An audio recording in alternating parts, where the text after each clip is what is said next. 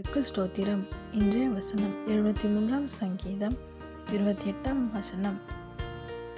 எனக்கோ தேவனை அண்டிக் கொண்டிருப்பதே நலம். 73 சங்கீதம் 28 வசனம். எனக்கோ தேவனை அண்டிக் கொண்டிருப்பதே நலம்.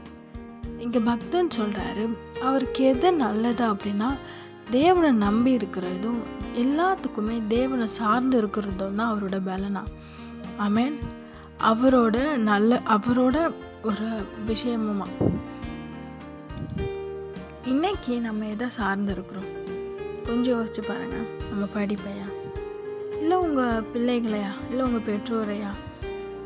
இதுதான் எனக்கு ரொம்ப முக்கியம் வாழ்க்கையில். உங்கள் டேலண்ட்டா, இல்லை உங்கள் டிகிரி, அதை இது இருந்தால் போதும், நான் வேலைக்கு போயிடுவேன், இது இருந்தால் போதும், நான் பண்ணிடுவேன், இது இருந்தால், அதை நம்புறீங்களா?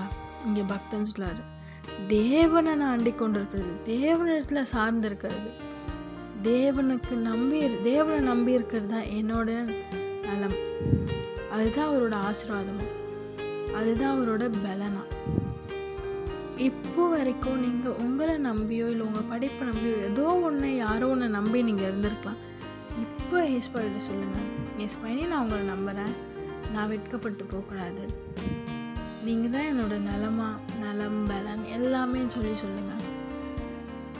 ஏசப்பா நிச்சயமாக உங்கள் கூட இருந்து பெரிய காரியங்களை செய்து உங்களை அதிகமாக உயர்த்தி ஆசீர்வதிப்பார். அவர் அண்டை கொண்டவங்களை யாருமே கீழே போனதே இல்லை. அவர் எல்லாரையும் உயர்த்திருக்கிறார். அப்படியே உங்களையும் உயர்த்தி ஆசீர்வதிப்பார். ஆமென்.